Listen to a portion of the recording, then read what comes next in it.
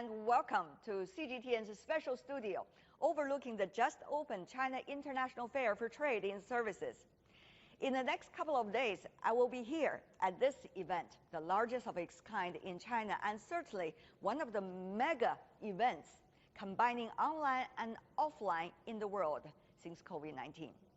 Many believe this event demonstrates China's determination to revive its economy and re-energize its cooperation with the world. On the sideline of the event, I've been talking to business leaders from different parts of the world.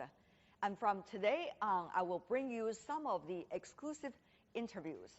First, let's meet Chen Liming from IBM. I went to his office in Beijing, just a few blocks away, in fact, from our studio here. International Business Machines, more popularly known as IBM, is an American multinational technology company incorporated in New York.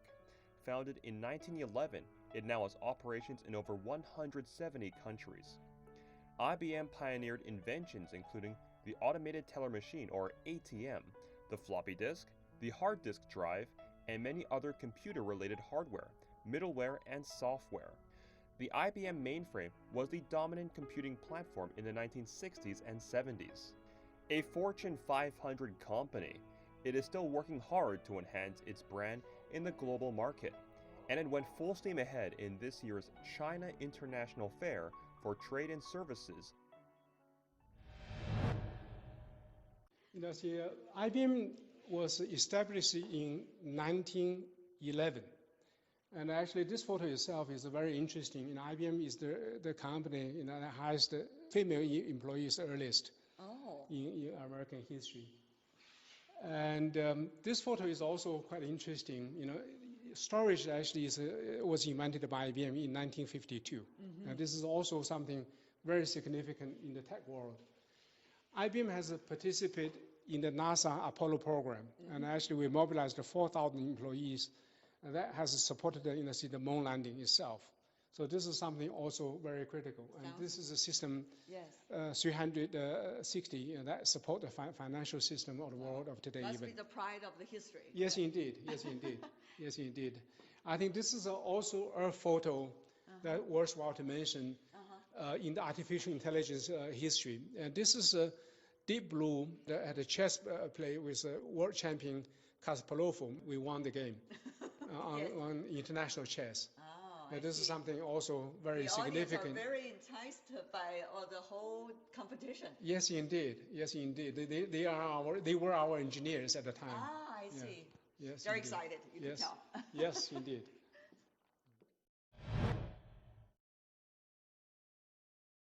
Mr. Chen, I see you talked recently a lot about globalization.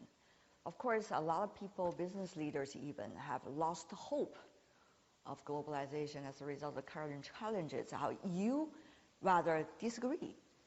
Tell me more about what do you think is the real essence of globalization? Which stage are we in right now?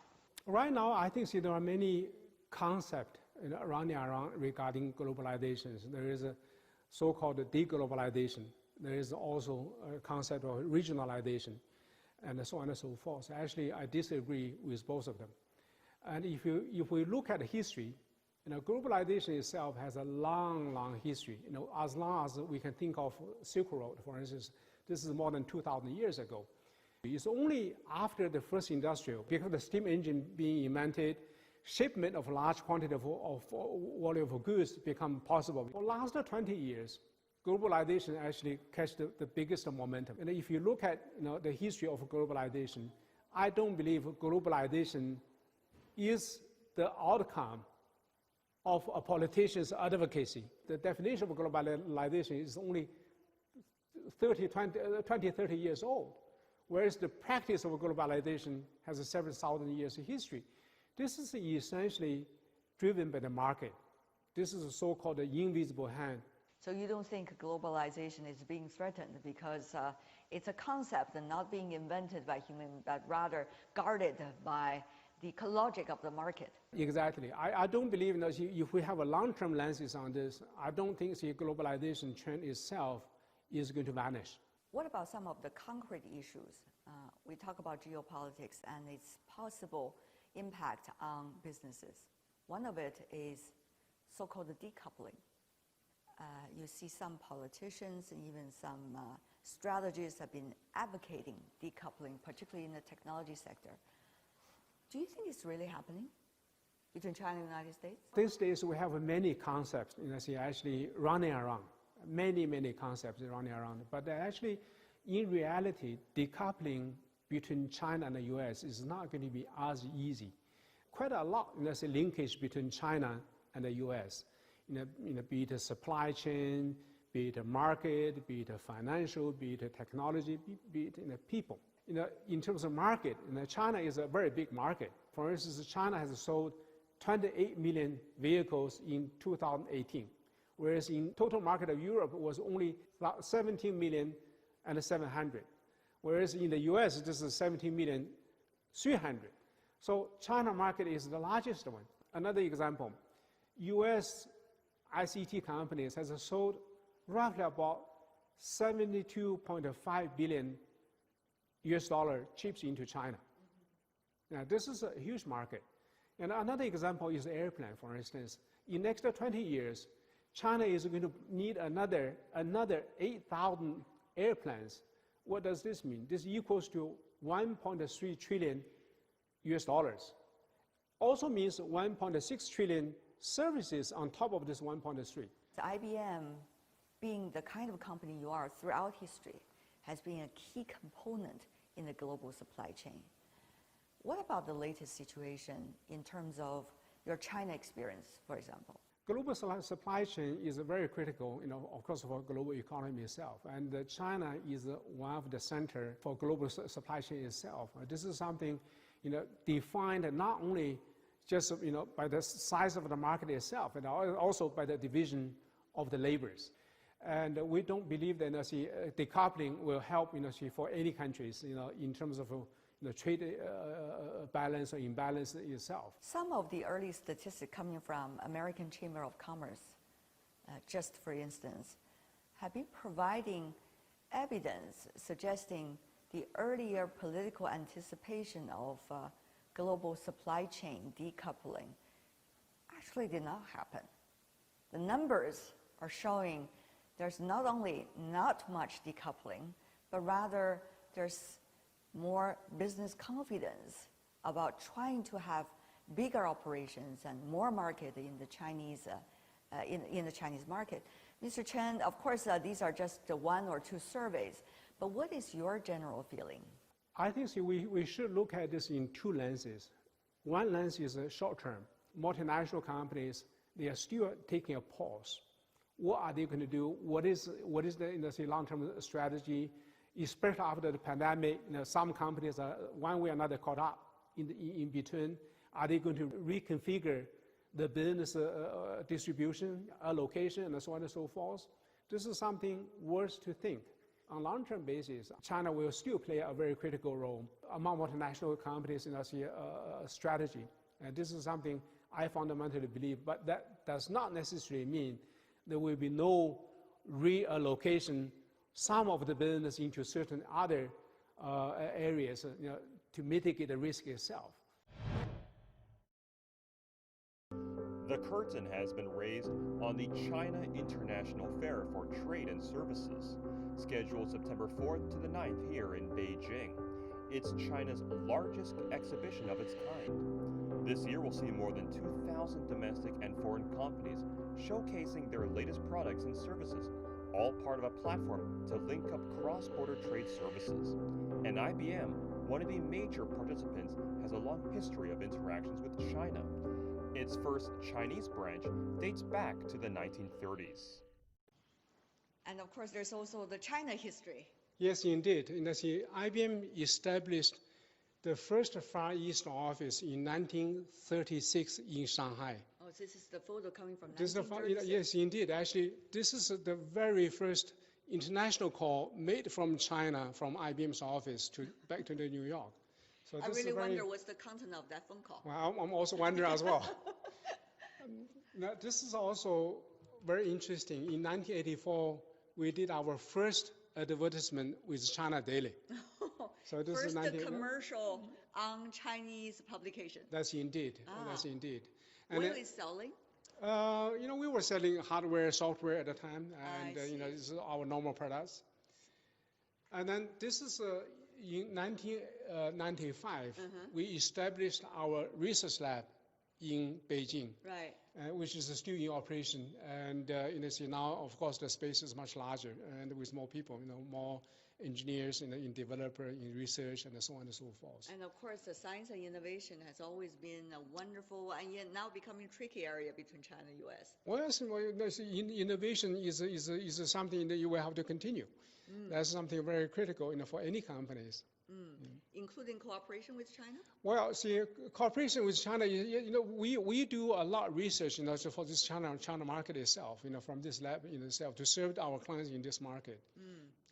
To do the research and then serve the market. This is the market, yes. So what we call, when multinational first came to China, they brought the product. We call that stage, made for China.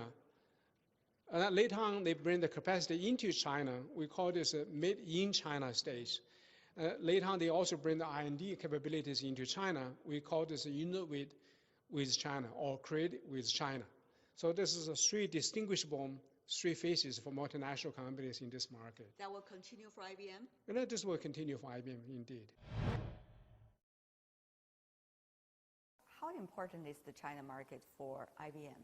For IBM, this is also a very important market for us as well. And of course, we have seen new policies from the Chinese government regarding opening up of the banking sectors, insurance, energy, and others. And since in the last two or 3 years, this is something very positive, very positive. However, there could be other space.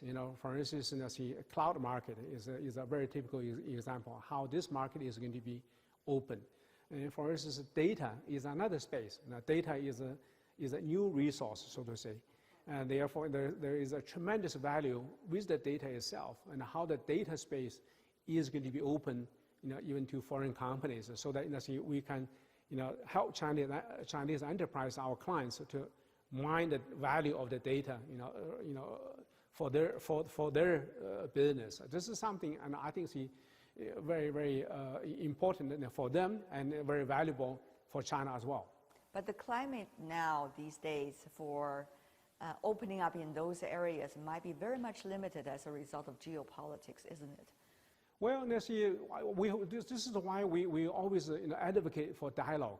Only dialogue will be able to help to resolve these issues. Do you think politicians now in the U.S. might listen to your voice? Well, I hope that they will listen. I hope that they will become rational, and especially after the election itself. And I hope that everything will calm down, and people will begin to have rational conversations. Only rational conversations will be able to find the solutions.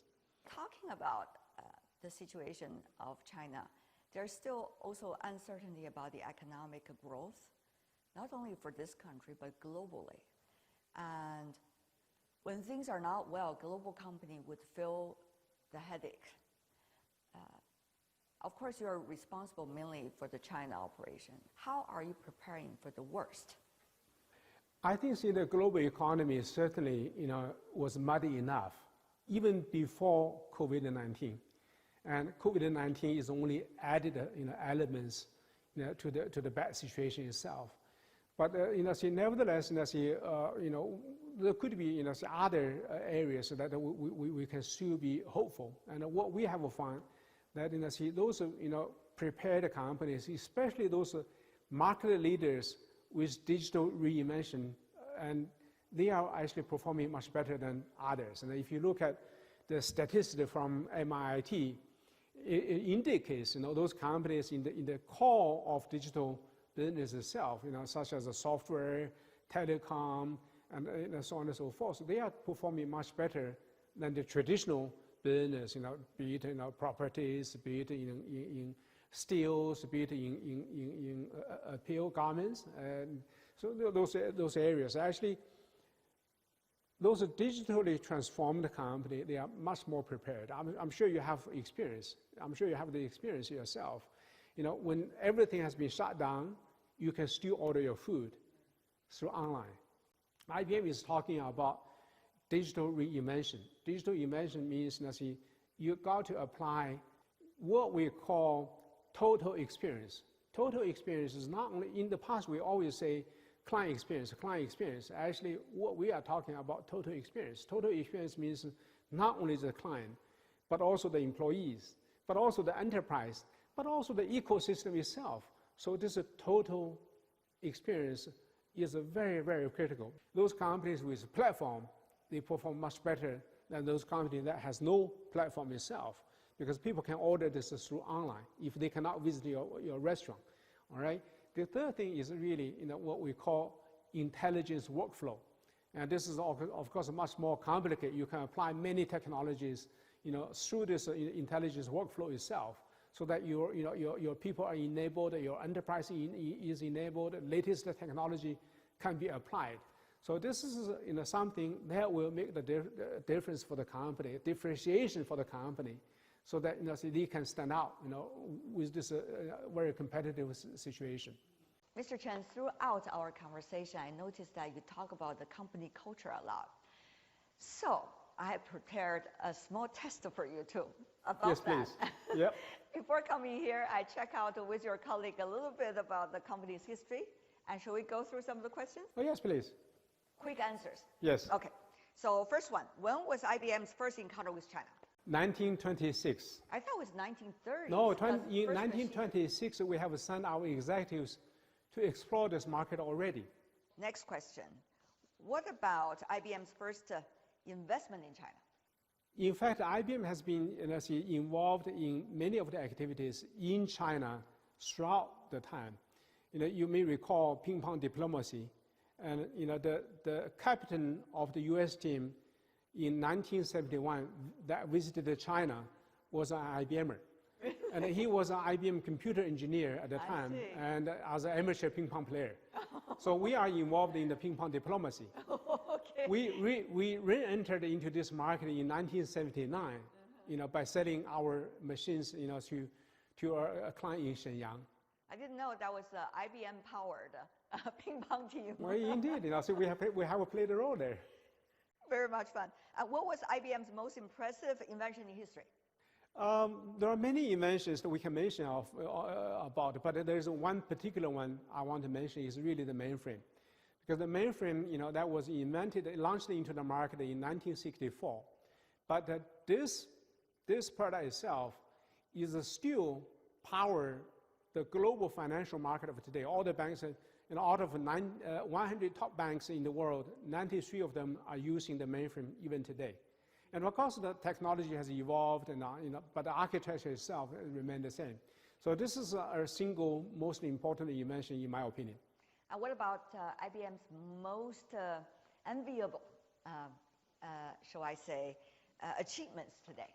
I think it's our quantum computing. This is something very significant for the future, and we have 28 quantum computings offering the services to the business through a cloud platform itself. I think so much for the test. Thank you. You certainly I hope that I passed the test. Yes, you did. Yes, you did, sir. Thank you so much, Mr. Chen, for being with us. Thank you for your time.